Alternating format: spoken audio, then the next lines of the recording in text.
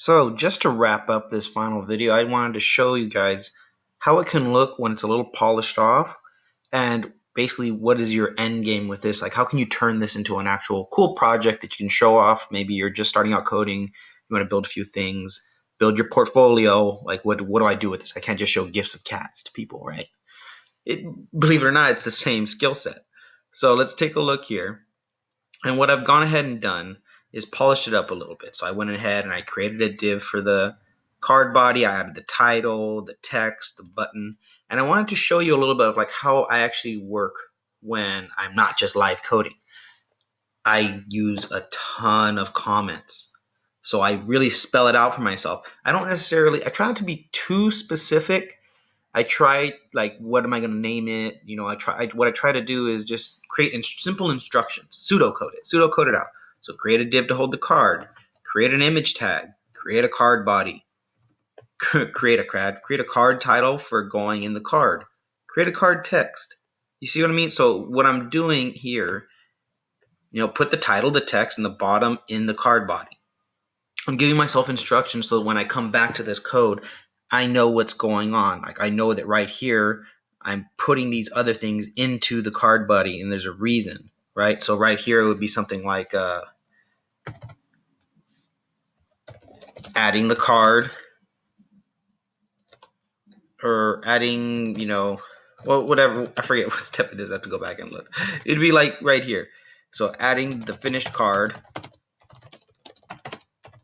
to the card row.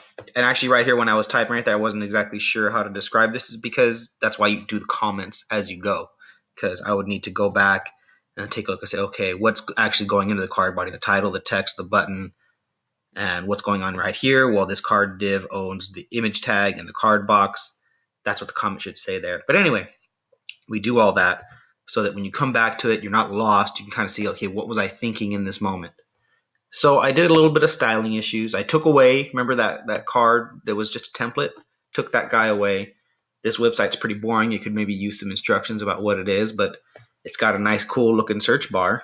So let's go dogs, and we'll search. And hey, look at that. See, we got our dogs GIF.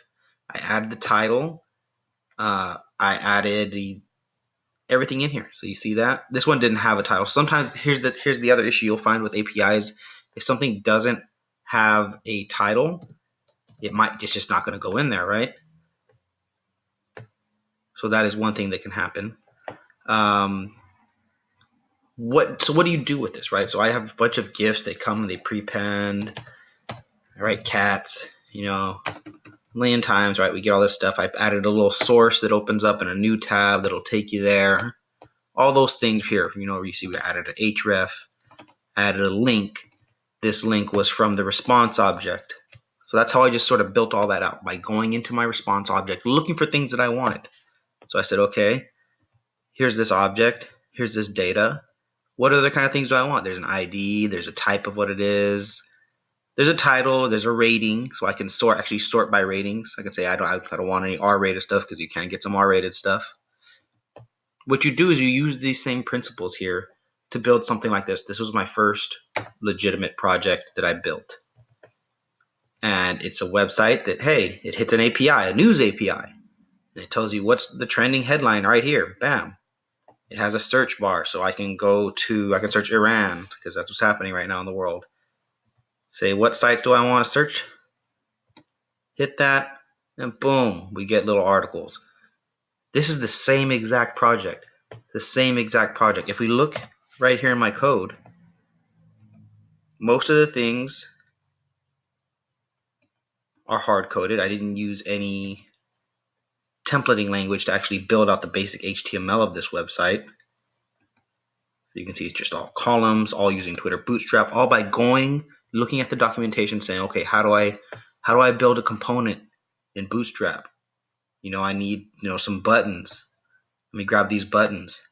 I need a jumbotron, whatever. I just grab these things, I throw them in there, I change their IDs, and then I can build something like this, which is nice because I can search 1,000,001 different things. And then later, we'll start getting into some more interesting topics, like you see here, it says I previously searched Iran, it'll run that search again. I was using local storage for that, and I'll get into things like storage in the next video. But you can totally build something just like this with what I showed you.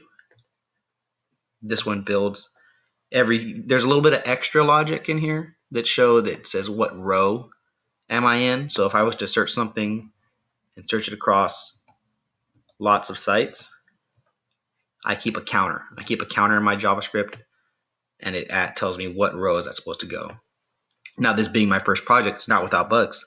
So you can see here, it searched for something, but there was nothing there. So it created a place for it, but it didn't put anything in there because there was no response. Like maybe Reddit didn't have anything on around today. Anyway, so you can build something like this, something cool, something neat, uses an API, gives you useful information. I think for one of my first projects, it looks relatively clean. And this is totally something you can do with what I showed you in my previous couple of videos about interacting with an API and dynamically creating responses. So thanks for watching my videos, and let me know what else you guys want to learn.